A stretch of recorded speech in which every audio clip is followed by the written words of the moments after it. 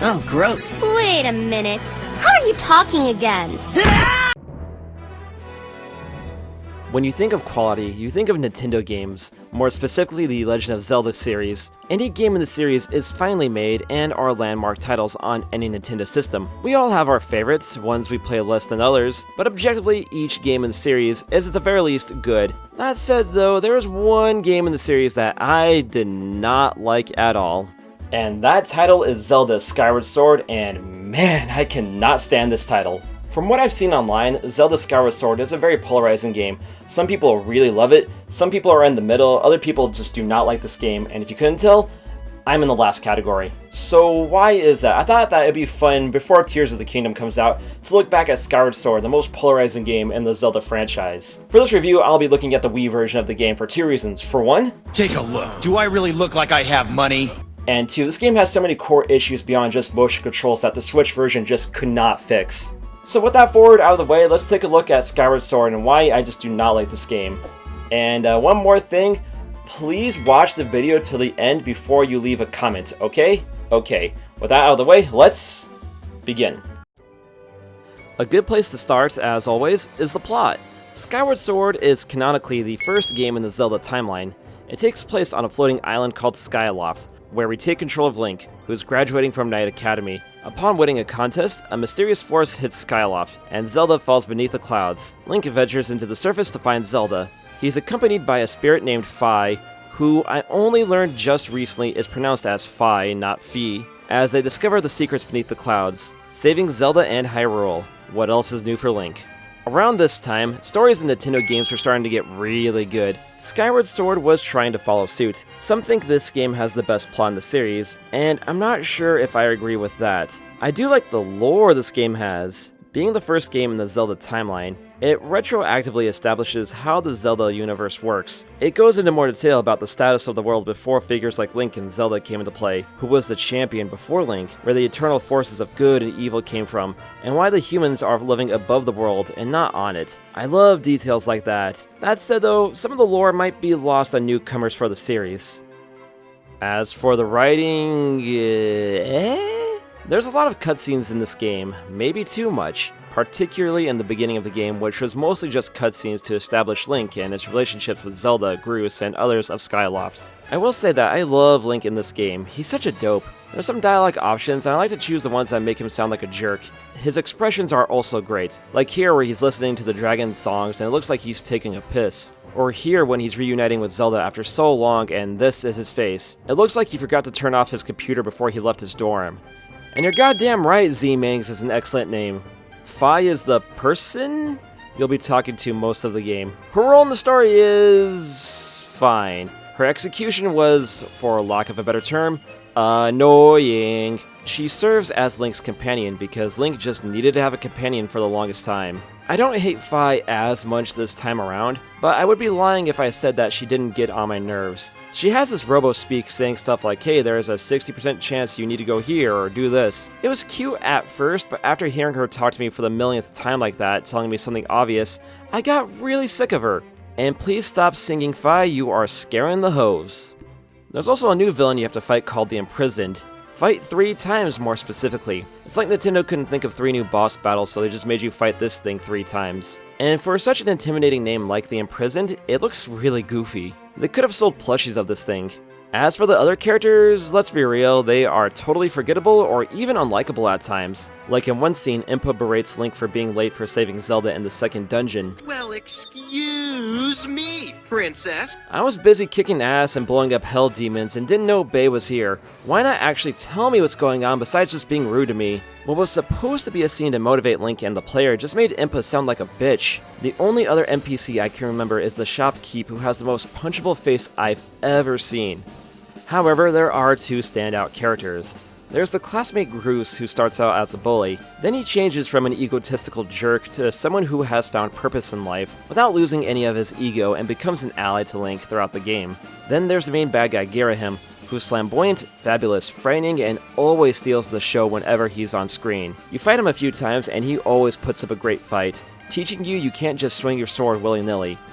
And while I won't count this against the game, I think some voice acting would have really benefited this title. It's clear that everybody has a voice actor, but they just aren't getting any lines. Which is weird as, again, voice acting in Nintendo games around this time was getting really good. Not saying you needed Ryan Gosling as Link, Amy Adams as Zelda, and William Dafoe as Ghirahim, but I am saying that, yeah, get Ryan Gosling as Link. As an aside, can we move past British voice actors for JRPGs? It was cute when Xenoblade did it, but it's time to move on. I don't like the idea of my badass JRPG hero eating beans on toast for breakfast while being a fan of Manchester United.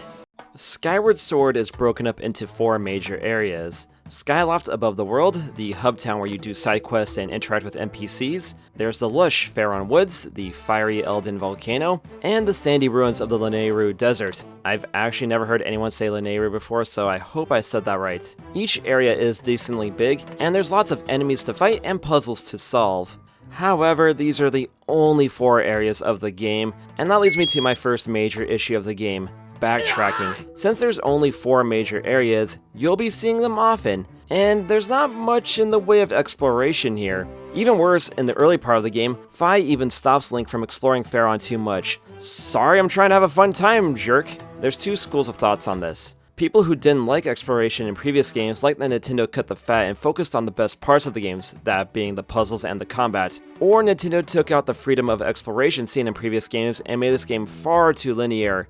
I'm in the second category. I liked exploring the other titles. Searching and finding things on my own really immersed me in previous titles. In fact, my favorite part of Wind Waker was just sailing the seas and charting the ocean. And Skyward Sword is just walk this way, do this thing, do that thing, do this thing, go to the dungeon, get the thing, and advance the plot. Speaking of which, that leads me to my next major issue. Travel. There isn't any fast travel, so if you need to go from, say, Elden to Faron, you need to find a statue, go to the sky, ride your bird to the place, then dive down into the Faron area. There's no shortcuts from place to place. As a result, the world of Skyward Sword feels really disjointed, like it's just 4 different maps thrown together in one game.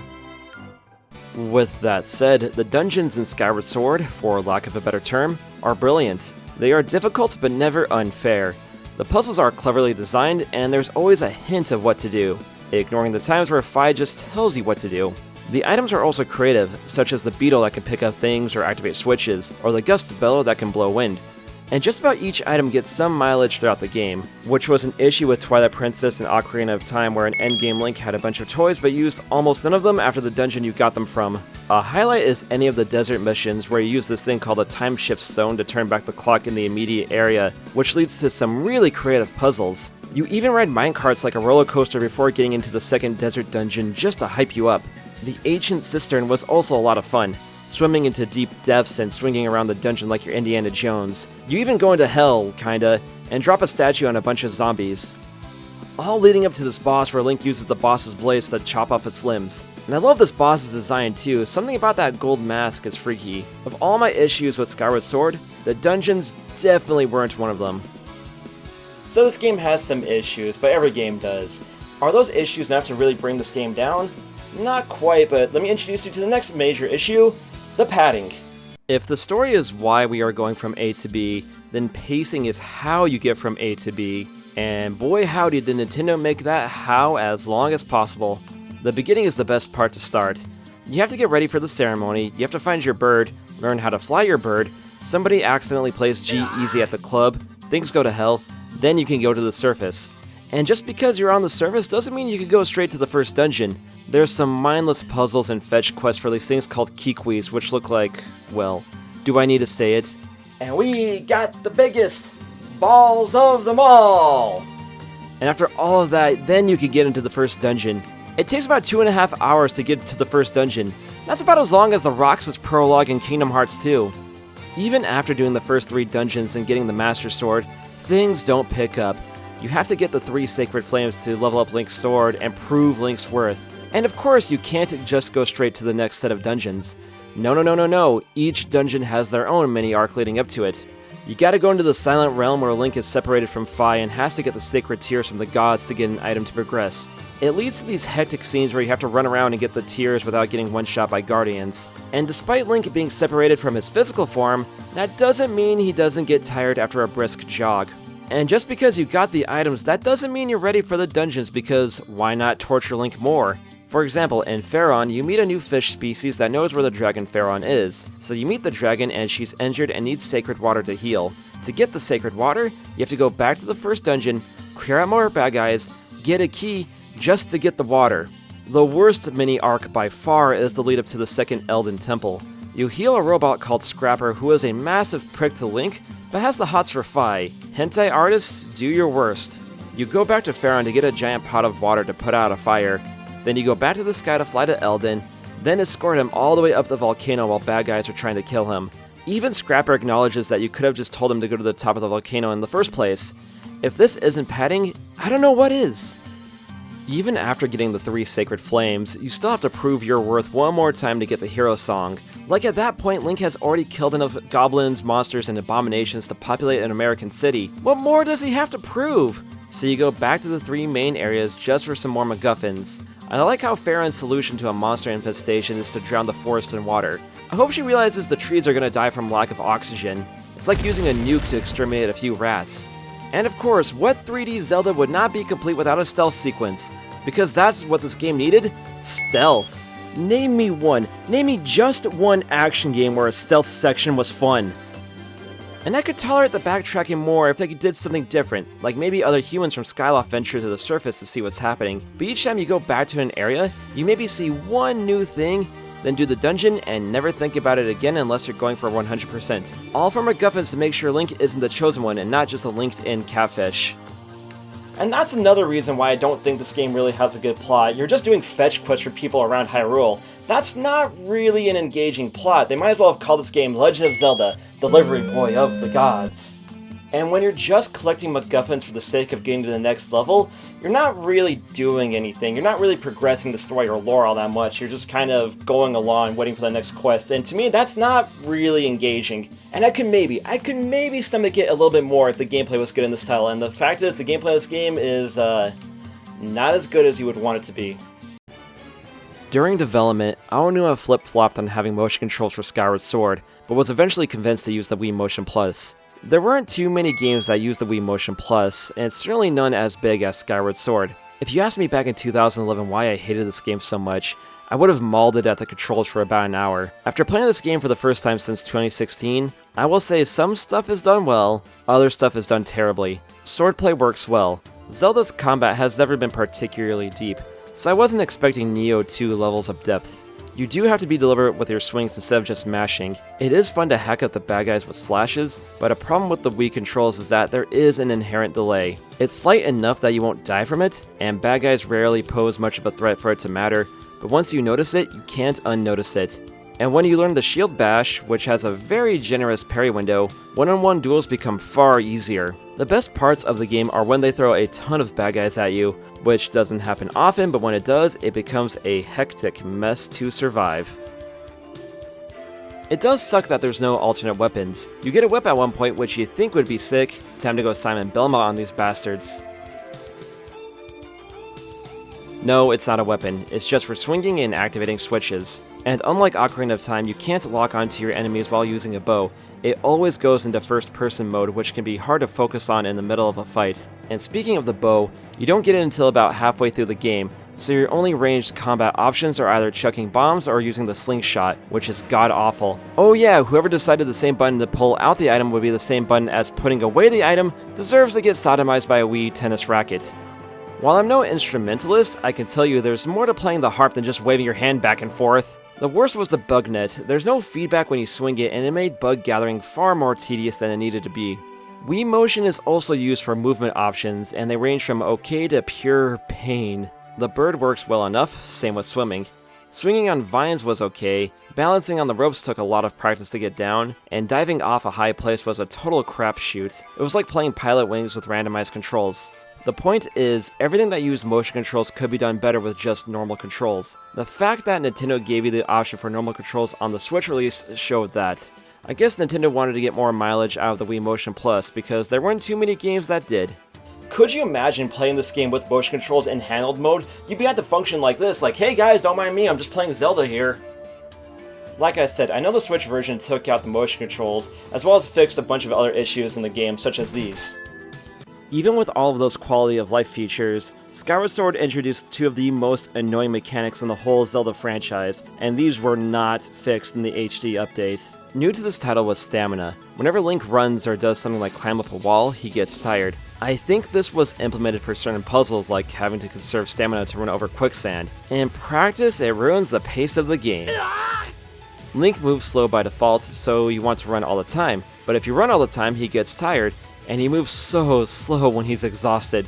And there's no upgrades to the stamina meter, and its recharge rate is slow. Hey Link, you have the perfect twink body, but that doesn't mean you can skip cardio day. There are potions that can help, but they are expensive and take resources to upgrade.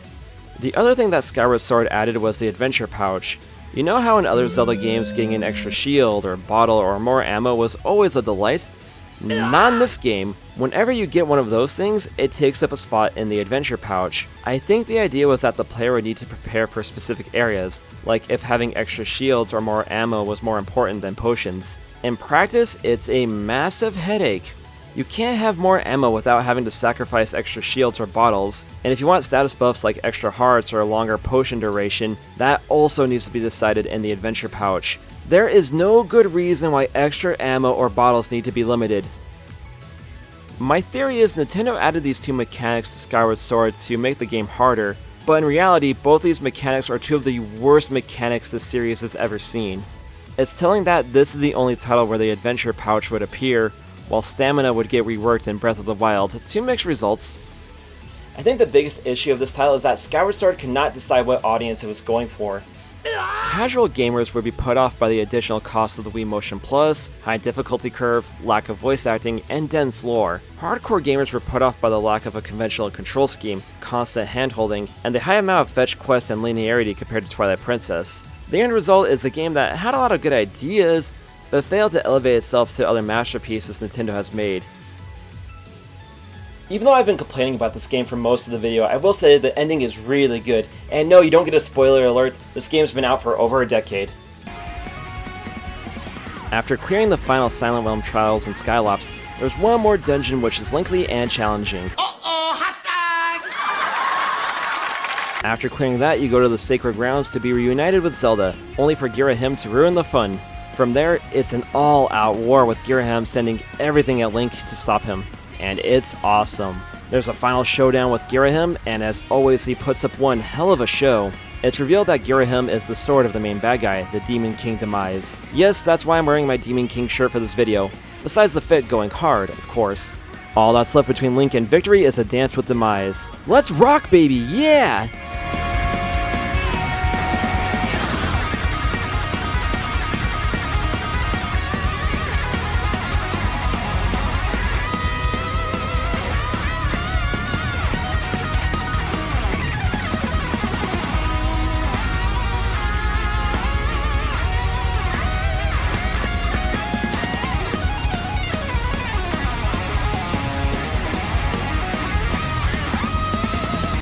You cut up Demise like a Christmas goose, and he curses Link and Zelda for the rest of eternity. Fi, with her mission done, goes into the Master Sword, waiting for her next master to take up the mantle of hero. It's a solid ending, with lots of excitement, happiness, and a bit of sadness. One of the better gaming endings in my opinion. Doesn't make up for hours of fighting motion controls, having Fi talk down on me, seeing Link constantly running out of stamina, and being a glorified delivery boy for the gods? No, not at all. When I think about Breath of the Wild, the next major console game after Skyward Sword, I think of it as the opposite of that title. Breath of the Wild is light on cutscenes, has very little hand-holding, has lesser mechanics that have many applications, and from the word go, you can basically go anywhere in the world. Skyward Sword takes place at the start of the timeline, whereas Breath of the Wild takes place at the end. Nintendo couldn't decide who Skyward Sword is for, so they decided to go for the hardcore audience for Breath of the Wild. And it paid off. While Skyward Sword was a critical and commercial success, Breath of the Wild blew it out of the skies, being the highest selling title in the series at the time of making this video. So while I think Skyward Sword is a bad game, without it we wouldn't have gotten two of my favorite games in the series. I can appreciate it for that, but at the end of the day, this is one game I am very happy to never revisit. So that's my review of Skyward Sword finished, and I hope you're not too mad at me. If you're one of those people who really loves this game, great, good on you, love this game. Love this game all the more for people like me who just cannot get behind this title. But at the very least, I hope you can understand some of the flaws that this game has, and realize why people do not like this game as much as other titles, and their complaints go beyond just motion controls. But I guess all that's left for me is just to wait for our Tears of the Kingdom and await that comments section. Speaking of which, leave me some comments. Did I just totally miss the mark on this game? Am I totally wrong about Skyward Sword? Am I missing the genius behind this title? Or were there some other issues with this title that I just totally missed? Let me know down there in the comments. And while you're down there, make sure you subscribe to the channel and hit the bell as well for notifications on future videos. And as always, hit me up on the social media, Twitter, Instagram, TikTok at ZMangs, you know what it is. And we'll see you in the next video, everybody. Later, everyone. Take care.